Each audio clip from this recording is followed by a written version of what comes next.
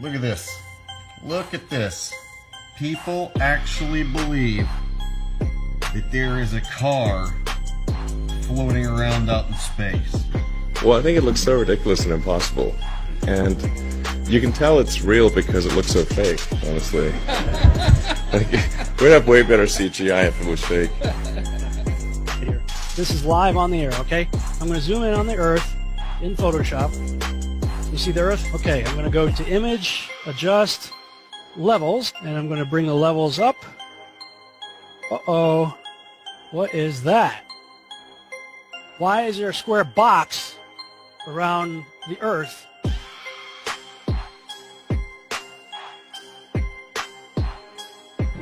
It is Photoshop, but it's has to be. It is Photoshop, but it's has to be. It is the world that has been pulled over your eyes to blind you from the truth. What truth? That you are a slave, Neo. Like everyone else, you were born into bondage, born into a prison that you cannot smell or taste or touch. A prison for your mind.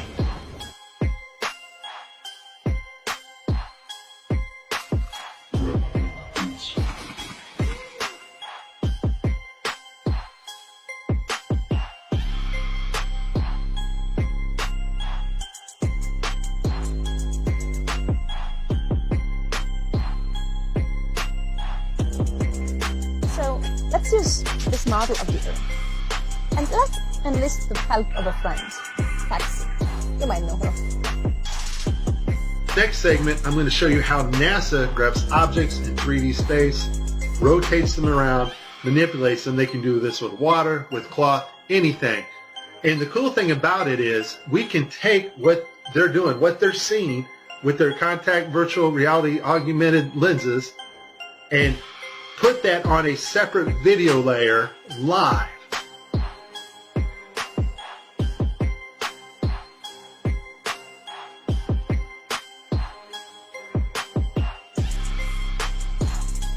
Okay, I have a lot of Tim Peake screw-ups, but this one here, the system glitches, the software does not track his hand properly, and Tim slips his hand underneath his other fingers, which is tightly holding onto the mic, which would be impossible.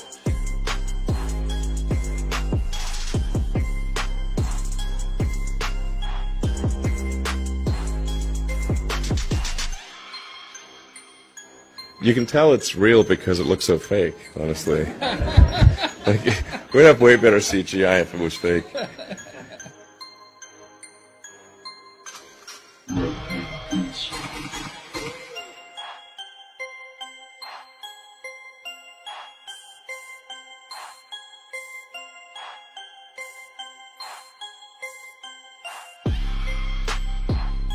Just another example of NASA faking space. Take a look here at this supposed image of Jupiter. Nothing more than CGI fakery. The supposed auroras. Again, at NASA's official website where it states Hubble captures vivid auroras in Jupiter's atmosphere. Here's the problem. The date of June 30th, 2016. Now take a look at this.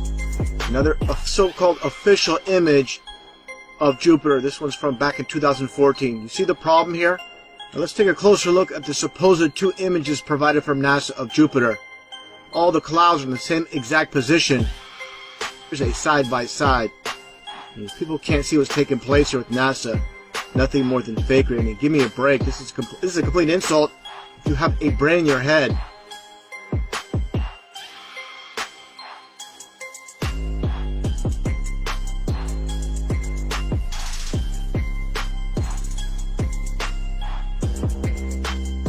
Like you're in a studio, maybe in Omaha, Nebraska or something. The shot is so clear. Is this a hoax? Are you really in space still?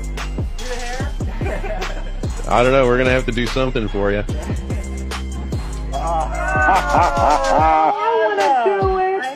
Oh, yeah, I can do that. Watch this. Is this a hoax? Are you really in space still?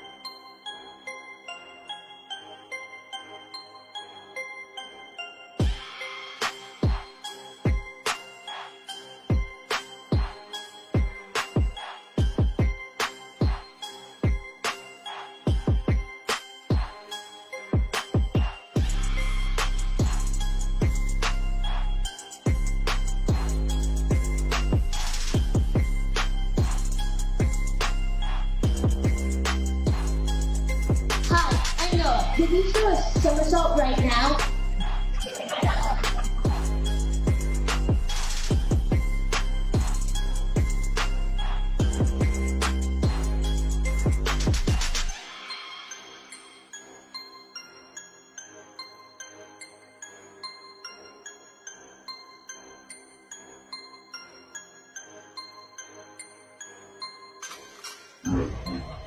Is this a hoax? Are you really in space still?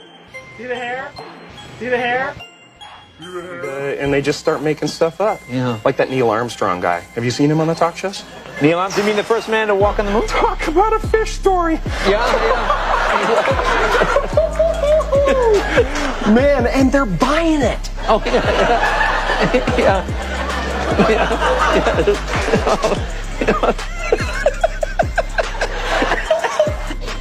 So many times during spacewalks outside the International Space Station, we can see air bubbles rising up. Can you touch on how there are air bubbles in space? Can you be more specific? Air bubbles?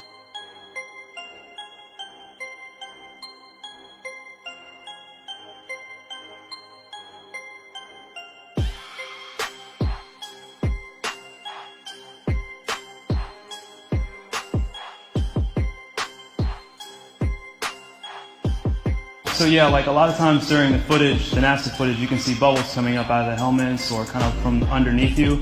How do you explain bubbles in space? Yeah, I'm not sure exactly what you're talking about. Now sometimes you get water in the helmet, and it comes either from sweat or from the cooling garments, and that's generally what that is. I've never seen any kind of air bubble anywhere. Could it be that you're filming in an underwater pool and you're not really out there?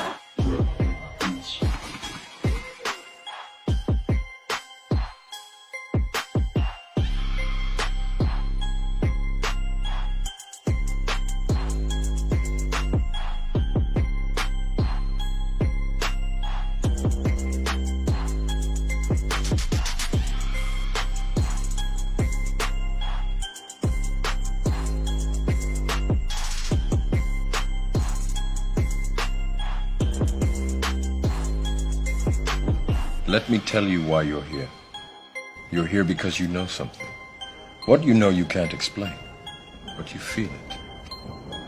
You felt it your entire life, that there's something wrong with the world. You don't know what it is, but it's there, like a splinter in your mind, driving you mad. You're a coward and a liar and a thief.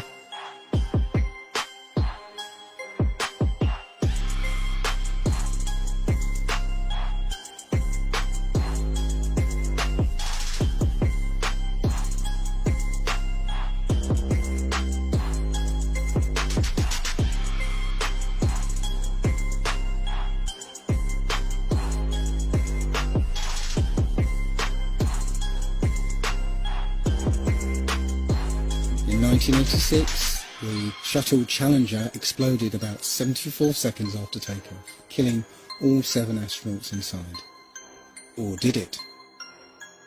It turns out that 6 of the 7 are still alive and kicking today. Ellison Onizuka claims to be his identical twin brother, Claude. Yeah, I've got an identical twin brother, Claude, too. The Challenger pilot, Mickey Smith, hasn't even bothered changing his name. He's now Professor Michael J. Smith of University of Wisconsin. Now, Krista McAuliffe was a bit of a sneaky one. She was the Challenger payload specialist, quite famous for being a teacher. It turns out during her astronaut days she was using her middle name, Krista, and now she goes by her first name, Sharon. The Challenger commander, Francis Richard Scobie, is now Dick Scobie, which sounds like a rather unpleasant disease. Judith Resnick, the Challenger mission specialist, again hasn't even bothered changing her name. She's a professor at Yale Law. And finally, Ronald McNair, another Challenger mission specialist, claims to be his identical twin brother, Carl McNair. What are the odds? So there I was, just minding my own business, looking at Google Earth, and This big, snow-covered monstrosity is staring me in the face like, why is that covered in snow? So I keep digging a little bit deeper, and I finally get underneath this cloud cover here, and a few images pop up. And I say, oh, images, what are they? Well, this is what you got, which I'm sure that looks familiar to you, right? Looks just like the pictures they give us of Mars. So I'm just kind of creeping around here and definitely noticing the same kind of undulation changes and same kind of rock, same kind of dirt. The only thing that's missing is that nice little red tint that they pay somebody $150,000 a year to put on there. So I'll keep kind of going through here and see if it... What the...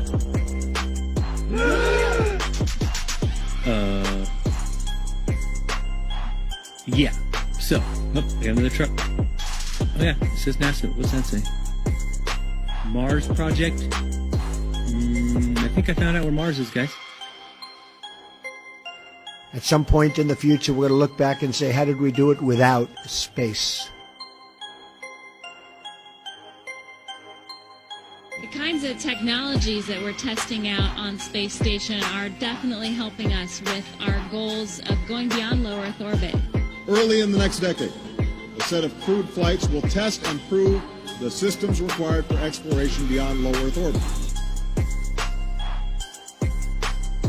Right now, we only can fly in Earth orbit. That's the farthest that we can go. And this new system that we're building is going to allow us to go beyond and hopefully take humans into the solar system to explore.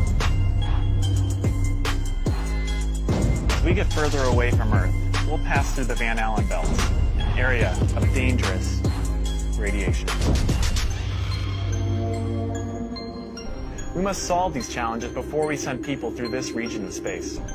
We must solve these challenges before we send people through this region of space.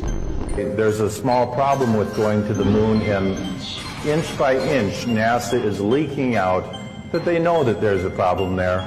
It's called the Van Allen belts, high radiation belts of charged particles around Earth, and we don't know how to get through them, they say.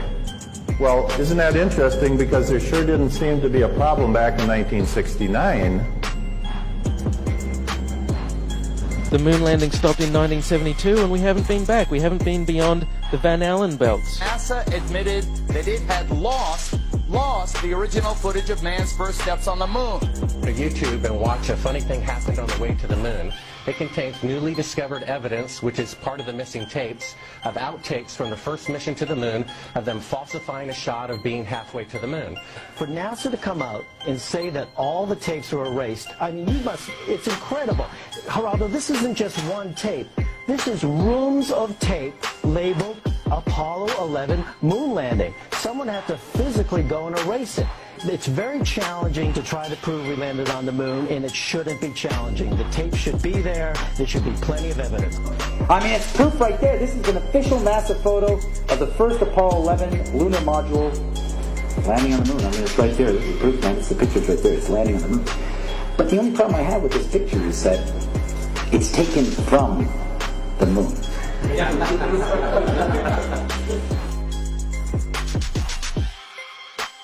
People who believe they saw the landing on the moon because they heard it on the radio.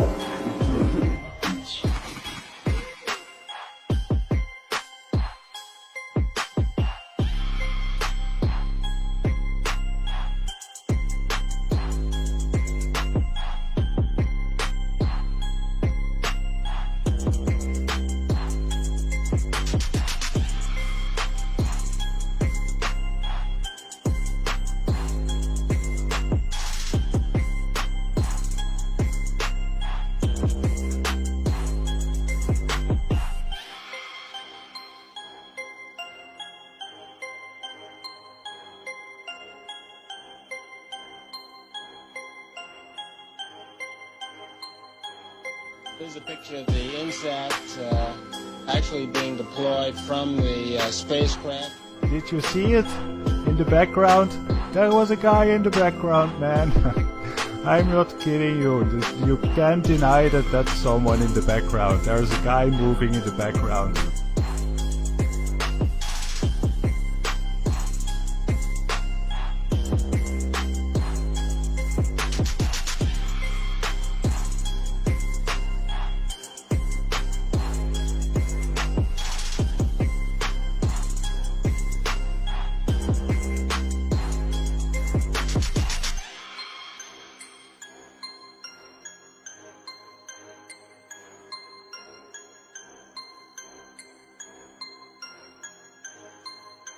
and I'll tell you just, if nothing else, here's why you can tell they're not fake. Just to create the paperwork, that amount of paperwork would make faking it prohibitively expensive. No one could afford to generate that much documentation. All of that happened in a little town called York, Maine, across the United States from where we're talking to you right now. Across the United States from where we're talking to you right now. My research of the last year has led me to the conclusion that not even low Earth orbit is possible, that the International Space Station is a hoax, and all manned space travel is fake. First though, let's have a look at the International Space Station. I want to talk about some of the anomalies I see there. For the inside of the International Space Station, there are a couple of zero-gravity tricks that they use to fake it. The first is they have a complete mock-up of the International Space Station built on the inside of an airplane. And that airplane does a bunch of rises and falls. It does an upside-down parabolic trajectory, and that simulates zero gravity. The other main way they simulate the zero gravity is with suspension in front of a blue screen. And they use that trick for extended periods of time, for longer than 45-second segments. But they can't move around as much. They can't do the acrobatic flips and rolls in the extended mode. So there's full motion mode where they can fully move around, and that's faked in the plane. And then there's suspended or extended mode where they're suspended by wires in front of a blue screen. They don't move around as much, but they can make the scene last for a longer period of time. The extended mode is much quieter than the full motion mode. In full motion mode, you can actually hear the sound of the jet engines, the engines of the airplane. In every single scene of full motion mode, in every segment of the International Space Station, you can hear this loud sound, the sound of jet engines. You could argue that it's the air conditioning system. Not even an office air conditioner is that loud. And why is there a loud sound in every segment of the International Space Station?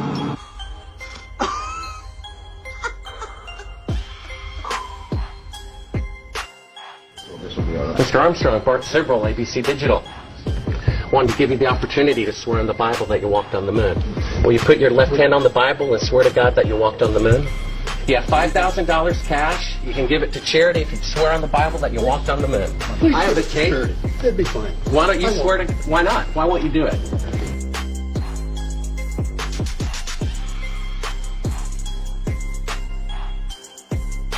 The Earth supposedly 23.4 degrees on this axis. And that leaves you, of course, the ecliptic number, again, 66.6 degrees off. Well, Earth is supposedly orbiting around the sun at 66,600 miles an hour.